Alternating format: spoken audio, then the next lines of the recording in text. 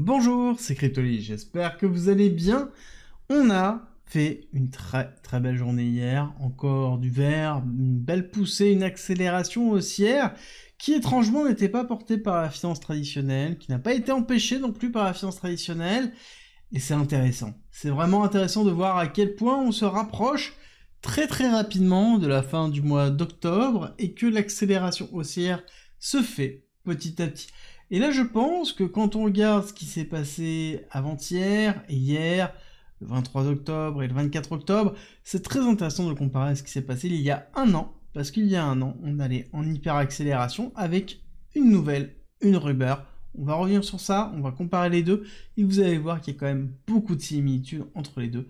Et surtout, on se rapproche de la zone la plus importante pour la rupture. Je vais tout vous expliquer dans quelques instants.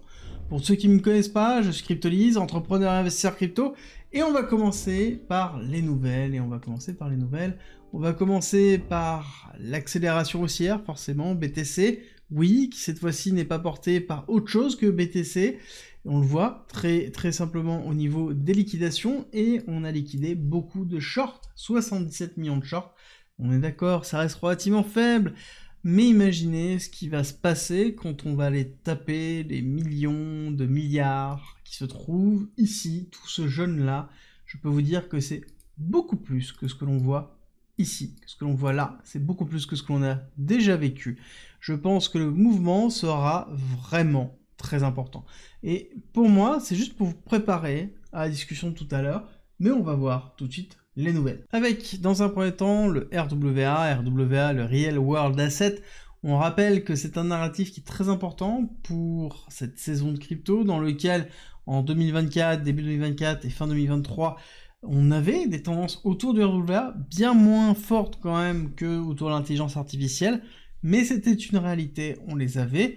Mais à côté, on a des problématiques qui sont liées à l'utilisation dans la finance traditionnelle, ça prend du temps, on met beaucoup de temps même à le mettre en place, et le poids de la finance décentralisée, de la décentralisation dans l'utilisation même du RWA par la finance traditionnelle risque de poser problème. Donc c'est un des problèmes qu'on aura certainement quand on rentrera dans le narratif du RWA. Est-ce que oui ou non ce sera utilisé? Je suis sûr que oui. Est-ce qu'on en tirera de la valeur avec les tokens existants? Je ne suis pas sûr. Il y a de très grandes chances que ce soit instancié sous forme de blockchain privée. Ça veut dire qu'on n'aura pas d'utilisation et de valeur à tirer de ça, parce que ce sera tout simplement privé. Ce sera utilisé, développé par les sociétés en elles-mêmes pour pouvoir diminuer leurs coûts. Et maintenant, c'est quand même très simple de développer une blockchain grâce à l'avancée technologique qu'on a eue ces 5 dernières années. Et oui, ça va vite, très vite. Donc à surveiller au niveau du RWA, peut-être au niveau des tendances qui va en tirer. En tout cas, ce qui est sûr, c'est qu'il y a une crypto qui est aussi forte que BTC en ce moment, à peu de choses près, c'est Solana. Solana qui casse vraiment les records de frais et de revenus, ça c'est sûr et certain. On sait que Memcoin joue énormément. Là-dessus, il va y avoir les détracteurs de Solana qui vont dire oui, mais ça casse tout le temps. Oui, mais de toute façon, tous les cas, c'est toujours lié à FTX. Oui, dans tous les cas, c'est des bots qui font des... Oui, peut-être pas. Ça empêche que ça fait tellement de temps qu'on dit ça et tellement de temps que Solana montre le contraire qu'à un moment donné, il faut sortir de ses biais et juste être factuel. C'est le même principe que si on disait que les mêmes coins n'étaient pas présents dans l'écosystème général des cryptos et que c'était pas là où il y avait de la volatilité. Enfin, voilà, à un moment donné, il faut être juste factuel, donc on prend du recul et on confirme bien que Solana, et on va le voir tout à l'heure, est quand même très performant. Dans les autres nouvelles, nous avons Kraken, donc, qui est un exchange, qui d'ailleurs est Psan en France, va lancer sa propre blockchain en 2025, donc dans très peu de temps, et a priori elle va s'appeler Inc, on va le voir dans quelques instants. À côté, nous avons Base qui est la blockchain de Coinbase, qui va introduire le fault proof, qui est très important, qui est une étape cruciale dans la décentralisation de la technologie de l'OP-Stack, c'est-à-dire des blockchains qui sont développées sur Optimism, en tout cas sur le kit de développement d'Optimism. Ça, c'est une énorme étape pour Base, et je pense que ça signera certainement le lancement du token de Base quelques mois après. Vous pouvez le noter parce que je suis certain que ça va arriver en 2025, et c'est tout à fait normal en même temps. À côté, nous avons deux nouvelles ici. Un, on valide bien que Kraken, ça va bien être appelé Inc. Ça va être sur Ethereum, ça va être une layer 2, et exactement, ça va être Optimism, OP, Stack. Donc la même chose que notre ami Base, ici, là, la même technologie qui va être déployée. Maintenant, est-ce que ça va être intéressant ou pas? On verra au moment donné. Est-ce qu'on aura un token? On verra encore une fois au moment donné. L'autre chose à prendre en considération, c'est le Danemark qui propose de taxer les gains crypto non réalisés. Je trouve ça extraordinaire parce que ça sous-entend que si jamais vous êtes en gain, pour l'instant vous devez payer des taxes, même si vous n'avez pas vendu, et quand vous serez peut-être en perte ou pas, ou quand vous vendrez ou pas, bah vous devrez peut-être repayer encore des taxes, ou peut-être des taxes sur des choses que vous n'auriez pas dû payer si jamais vous avez décidé de les garder 100% crypto. Donc il faut faire attention, parce que quand on voit ce type de discussion, ça nous rappelle grandement, pour ceux qui s'en souviennent, les discussions qu'on avait pu avoir aux USA sur justement les actions et la taxation des actions sur les gains non réalisés, et je pense qu'à un moment donné, on risque d'y avoir droit. Est-ce que ça va arriver tout de suite? Je ne pense pas. Est-ce que ça va arriver dans les années à venir? Je pense qu'il va falloir surveiller de très très près. Avant d'aller plus loin, et avant d'attaquer l'analyse technique, je pense qu'il est important de rappeler une partie psychologique très très importante.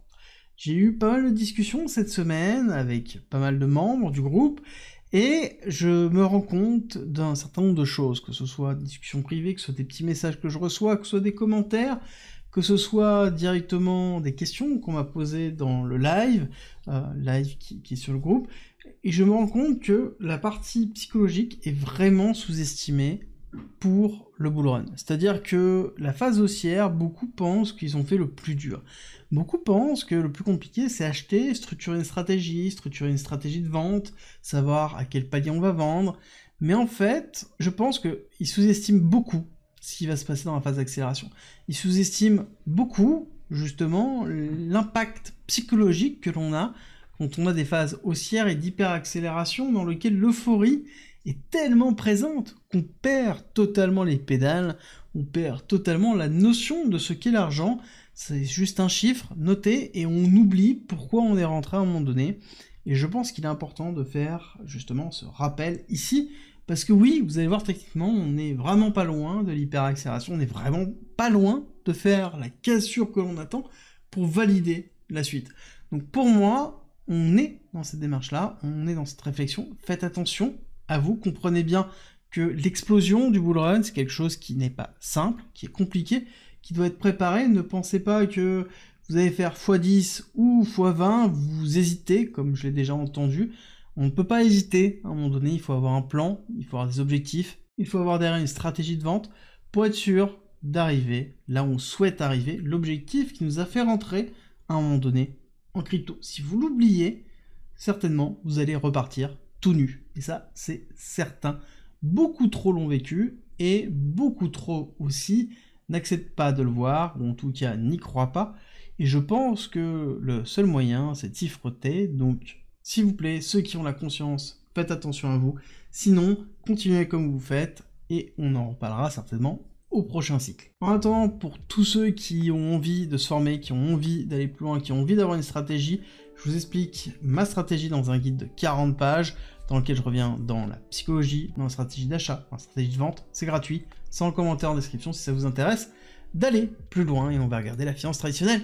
Finance traditionnelle où, globalement, on se rapproche des élections présidentielles, hein. Comme d'habitude, on va avoir du vert dans les chiffres, positif, inscription au chômage, et oui, on a une augmentation, enfin une baisse plutôt, 227 au lieu de 243, qui était préparé, 242 qui était le précédent, donc bien une baisse, donc moins de chômage, donc moins de récession potentielle, PMI manufacturé, PMI service au-dessus de l'attendu, donc ça veut dire encore une fois que l'économie peut-être repart des USA, et les ventes de logements neufs repartent aussi avec une accélération qui est somme toute conséquente sur septembre. Donc globalement, septembre, octobre, des mois plutôt positifs. Oui, en même temps, j'ai envie de vous dire, quand on arrive en période présidentielle, on fait attention à ce type de statistiques. Mais en tout cas, ce qui est sûr et certain, c'est que ça maintient les cours. Maintient les cours du S&P 500, c'est pas des bougies monstrueuses vertes, on a des bougies de respiration, mais on ravale et on maintient. Ce qui est le cas aussi du Nasdaq, qui pousse pousse à la hausse. Merci à Tesla d'ailleurs de ce côté-là.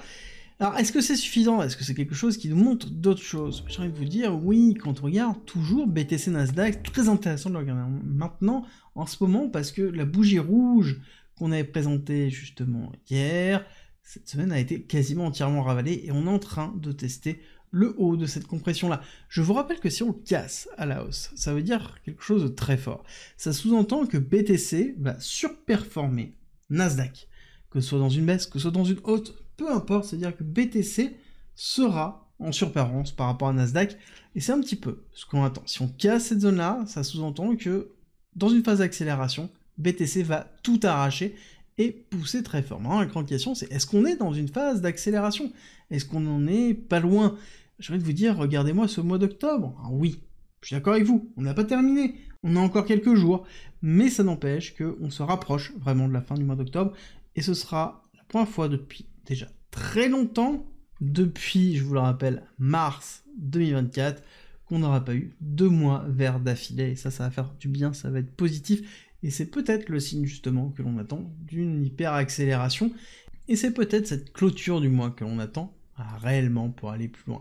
Si on regarde en 4 heures, on voit bien que on est allé chercher le niveau de liquidité qu'on attendait, on s'est battu dessus, on s'est fait rejeter, puis ensuite on a réaccéléré, et on a pris beaucoup de liquidité. Alors oui, on est en train de se faire rejeter, on est allé un petit peu plus haut que le 786, oui, mais quand on regarde un petit peu ce qu'on est allé faire, on se rend compte qu'on est allé liquider une grosse partie des shorters, d'accord, une très grosse partie des shorters, on a tout liquidé. Regardez-moi tout ce nuage rouge qu'on a absorbé pour créer même des longues ici, donc il est normal à un moment donné d'aller liquider ce qu'on a créé pour pouvoir repartir. La question qui va falloir se poser, qu'on se posera dans quelques instants, c'est est-ce que on fait juste une petite pause pour reprendre l'accélération haussière, ou est-ce que on fait un retracement un petit peu plus profond dans lequel j'ai une autre théorie de ce côté-là. Et ça va être très intéressant. Hop, on va se diriger ici. Ça va être, est-ce que oui ou non, on va maintenir ce niveau-là? Pour moi, ce qui serait intéressant, c'est arriver à maintenir ici les 68 000, 68 900, enfin 67 900, pour repartir, qui serait un niveau relativement solide, hein, ici ce bloc-là, pour pouvoir réaccélérer. Pourquoi? Plusieurs choses, c'est que 1, on serait dans une zone de continuité de tendance, ce qui serait plutôt positif. Là, il suffit de tracer un Fibonacci. Vous allez voir que quand on trace correctement avec les bons chiffres, on va arriver tout de suite au bon momentum. On est parti, on va remettre les bons chiffres tout de suite, et vous allez voir que nous sommes dans cette zone-là, un petit peu plus bas, 382, qui va être pour moi une zone très importante de retracement à garder en tête pour un rebond potentiel. Et si on regarde, nous avons en plus un order block qui se trouve là, donc on pourrait très bien aller retracer ici, aller chercher un peu de force pour repartir à la hausse. Ça, ce serait très positif, vraiment très positif, pour repartir très fortement. Par contre, si on n'arrive pas à maintenir ce niveau-là, ça sous-entend qu'on va aller casser ça, et que certainement on est dans une impulsion baissière, un retracement, une deuxième impulsion baissière. Ça sous-entend aussi, si on maintient ce niveau-là, ça veut dire qu'on ira chercher un petit peu plus bas. Pour ça, c'est l'extension de Fibonacci, on prend le top, le plus bas, et on fait sur le retracement. Et on a le 1-1-1 qui est dans notre selling zone, dans les alentours des 64 000, globalement, qui est une zone aussi très importante. On l'a nommé déjà plusieurs fois, qui était notre selling zone à un moment donné, qui pourrait devenir notre buying zone pour repartir à la hausse. Allez, retester encore une fois cette deuxième chose avant de repartir. Pour l'instant, on est entre les deux, et j'ai envie de vous dire, tant qu'on ne casse pas ce top-là, et tant qu'on ne casse pas les 70 000, il n'y a pas de bull run qui tient. Et c'est pour ça que c'est très important. Il faut casser impérativement cette partie-là pour aller dans de l'accélération. Et si on va taper là, je vous remets encore une fois, pour que vous compreniez bien, si on va réaccélérer ici, on va chercher toutes ces liquidités-là. Et vous voyez bien le mouvement qu'on a eu pour le très peu de liquidités qu'on a récupéré. Ce sont des choses qui sont à peine visibles sur la carte. Alors que là, c'est vraiment jaune fluo. Donc je pense que quand on tapera ici, ça ira très vite, très fort. Encore faut-il y arriver, c'est justement là, toujours les derniers pas, les derniers centimètres, les dernières centaines d'euros, qui sont toujours les plus compliqués, donc on prend du recul, et on est surtout patient. C'est un petit peu ce qu'on a vécu justement en 2023, où je vous rappelle, pour ceux qui étaient là, on s'ennuyait à mourir. Ici, hein, très peu de volatilité. Regardez-moi la taille de ces bougies-là. Il ne se passait strictement rien. Et on avait peur de beaucoup de choses, principalement ici. Quand on s'est fait rejeter de cette zone-là, on s'est dit que certainement on allait chercher beaucoup plus bas. Et en effet, on est allé chercher plus bas, mais on a consolidé, et ensuite on a accéléré. On a fait un retest, deuxième accélération, deuxième retest, grosse accélération. Et on voit bien que cette hyper accélération s'est faite en quelques jours. Ça s'est passé du 15 octobre, ici, ok, consolidation, deuxième accélération, consolidation, et ensuite le 22, 23 et 24 octobre, où on a fait l'hyper accélération qu'on a connue ici, qui a été la rumeur du lancement des ETF, BlackRock, et la validation des ETF BlackRock, qui était arrivé sur un Telegram, qui a été supprimé, d'ailleurs, à cette époque-là, on n'a pas pu savoir d'où ça venait, qui était derrière, mais ce qui est sûr et certain, c'est que ça a entraîné l'hyper-accélération qu'on a connue jusqu'au jour du lancement, qui a été justement ici, en janvier 2024, Sell the News et réaccélération.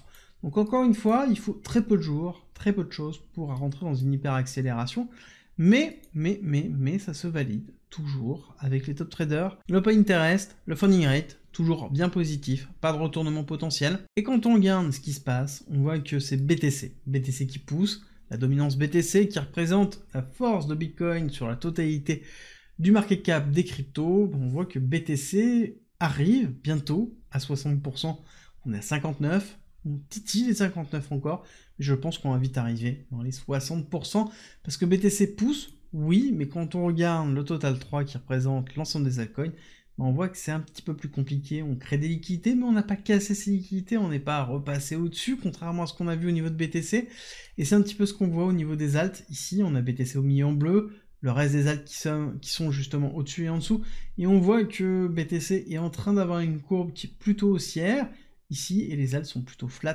très très bas encore, et donc qui nous montrent que les alts ont beaucoup de mal à suivre, mais en même temps, j'ai envie de vous dire, c'est normal.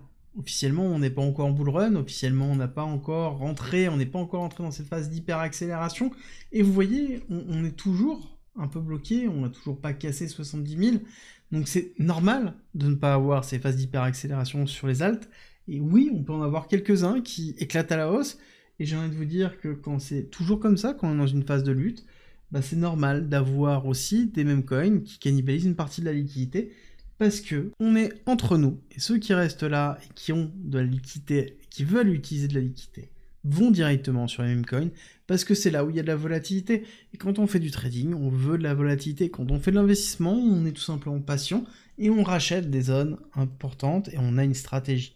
Est-ce que vous êtes trader? Est-ce que vous êtes investisseur? C'est à vous de déterminer, vous êtes peut-être un peu des deux. Dites-moi ce que vous en pensez en commentaire, dites-moi si vous définissez comme trader ou investisseur. C'est intéressant toujours de voir comment vous définissez vous-même et comment la communauté, justement, est. Et vous allez voir que vous allez être peut-être un petit peu surpris. J'espère que cette vidéo vous a plu. Si c'est le cas, n'oubliez pas, likez, partagez et abonnez-vous. Et on se retrouve très vite.